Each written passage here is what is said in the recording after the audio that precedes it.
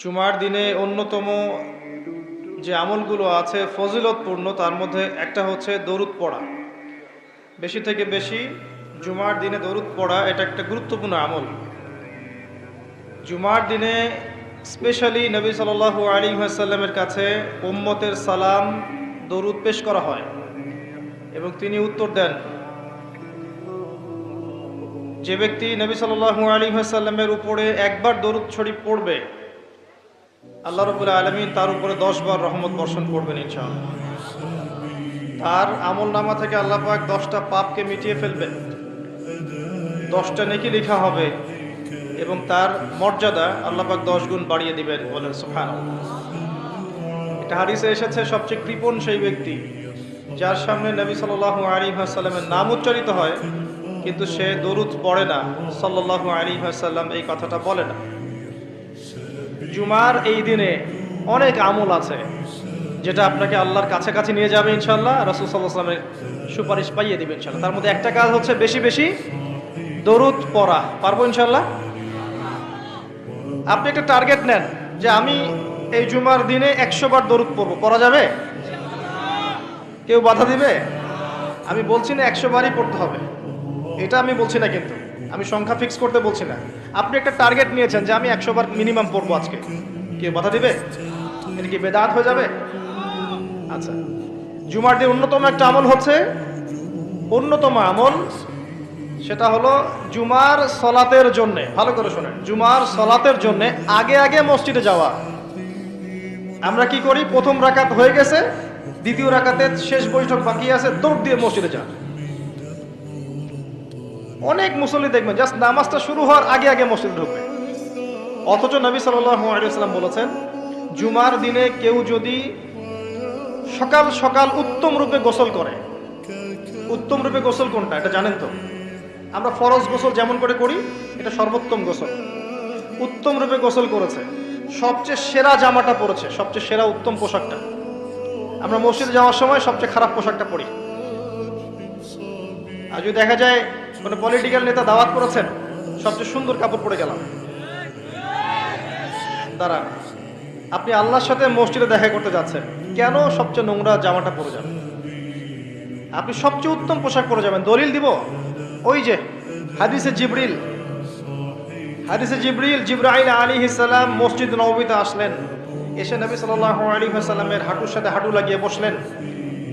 ওই হাদিসের মধ্যেই আছে, দেখবেন, রজুলুন শরীদুল বায়াদু সিয়াব, একদম উত্তম ধবধবা কাপড় পরে সে মসজিদে এসেছে, প্রমাণ। তো জুমার দিনে যদি আপনি সবচেয়ে সেরা সুন্দর পোশাকটা পরেন, আগে উত্তম রূপে গোসল করেন, আতর খুশবু ব্যবহার করেন, ব্যবহার করে আপনি খুতবা শুরু হওয়ার আগেই, খুতবা মানে বয়ান, এটা শুরু হওয়ার আগেই আপনি পায়ে হেঁটে মসজিদে আসেন, ইমাম সাহেবের কাছাকাছি বসেন এবং মনোযোগের সাথে তার খুতবা শোনেন, কাউকে কষ্ট না দেন, এমনকি কারোর সাথে এতটুকু না বলেন যে চুপ করো। কেউ পাশে কথা বলছে, আপনি এতটুকু বলবেন না, চুপ করো। সাহাবায়ে কেরাম হাতের মধ্যে পাথর রাখতেন ছোট ছোট, যদি দেখতেন কেউ কোনো জরুরতে কথা বলছে, পাথর নিয়ে ঢিল দিতেন, মুখ দিয়ে বলতেন না, চুপ করো। এই কাজ যদি কেউ করে এবং ইমামের সাথে নামাজ শেষ করে, নবী সাল্লাল্লাহু আলাইহি ওয়াসাল্লাম বলছেন প্রত্যেক পদক্ষেপে 1 বছরের রোজা, 1 বছরের নফল নামাজের নেকি পাবেন। এই ফজিলতটা আপনি জুমার দিনে অর্জন করতে পারেন। কয়েকটা কাজ আবার বলছি, প্রথমে উত্তম রূপে গোসল করা সকাল সকাল, তারপরে সবচেয়ে সুন্দর পোশাক পরা, আতর খুশবু ব্যবহার করা, পায়ে হেঁটে মসজিদে যাওয়া, বাহনে চড়ে নয়, অনেক দূরে থাকলে আলাদা কথা, পায়ে হেঁটে যাওয়া, তারপর ইমাম সাহেবের কাছাকাছি বসা, ইমাম সাহেবের কাছাকাছি বসে মনোযোগের সাথে খুতবা শ্রবণ করা, খুতবায় কোনো কথা বলবে না, কাউকে বিরক্ত করবে না, কাউকে কষ্ট দিবে না, যে ফোন নিয়ে টিপাটিপি করবে না, ঠিক আছে? এবার ইমাম সাহেবের সাথে নামাজ শেষ করবে, প্রত্যেক পদক্ষেপের বিনিময়ে 1 বছরের নফল সওম, 1 বছরের নফল নামাজের নেকি হবে ইনশাআল্লাহ। পারা যাবে ইনশাআল্লাহ। জুমার দিন আরেকটা আমল আছে, যদি পারেন করবেন, সবার পক্ষে হয়তো সম্ভব হয় না, তবে যে করতে পারবেন তার জন্য বিশাল ফজিলত আছে। সেটা হলো, এটা শুধু জুমার দিনেই নয়, অন্য দিনেও করা যায়। তবে জুমার দিনটা আমরা একটু গুরুত্ব দিই এই কারণে বলছি, ফজরের নামাজ জামাতে পড়া, ফজরের নামাজ জামাতে পড়া, এরপরে উঠে চলে না যাওয়া, বসে থাকা, বসে বসে আল্লাহর জিকির করতে থাকা, তাসবিহ তাহলিল তিলাওয়াত, আপনার যত আমলগুলো করেন আপনি সকাল সন্ধ্যা জিকির আজকার এগুলো শেষ করা, শেষ করে সূর্য উঠে গেল, পিছনে সূর্য উঠে গেল, সূর্যটা একটু উঠে গেছে, ইশরাকের সময় হয়েছে, আপনি এখন 2 রাকাত নফল নামাজ পড়লেন, পড়ে বাসায় ফিরে গেলেন। নবী সাল্লাল্লাহু আলাইহি ওয়াসাল্লাম বলছেন একটা কবুল হজ, একটা কবুল ওমরার নেকি হবে ইনশাআল্লাহ। এটা করা যায় জুমার দিনে, কারণ জুমার দিনে আমরা কম বেশি মসজিদে আসি, আল্লাহ পাক আমাদেরকে তৌফিক দান করুন। আর দু একটা কথা বলছি, বলে আমি অন্য প্রসঙ্গে যাচ্ছি। জুমার দিন আরেকটা গুরুত্বপূর্ণ কাজ হচ্ছে দোয়া করা। কি করা? বেশি থেকে বেশি দোয়া করা। 2টা মুহূর্ত আছে এই দিনে যে দোয়া করলে দোয়া কবুল হবেই ইনশাআল্লাহ, আল্লাহ পাক ফিরিয়ে দিবেন না ইনশাআল্লাহ।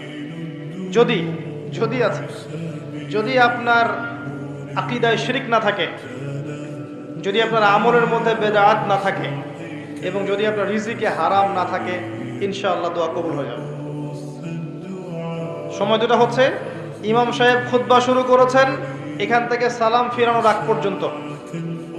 ইমাম সাহেব খুতবা শুরু করেছেন, এখান থেকে সালাম ফিরানোর আগ পর্যন্ত মনে মনে দোয়া করতে থাকবেন।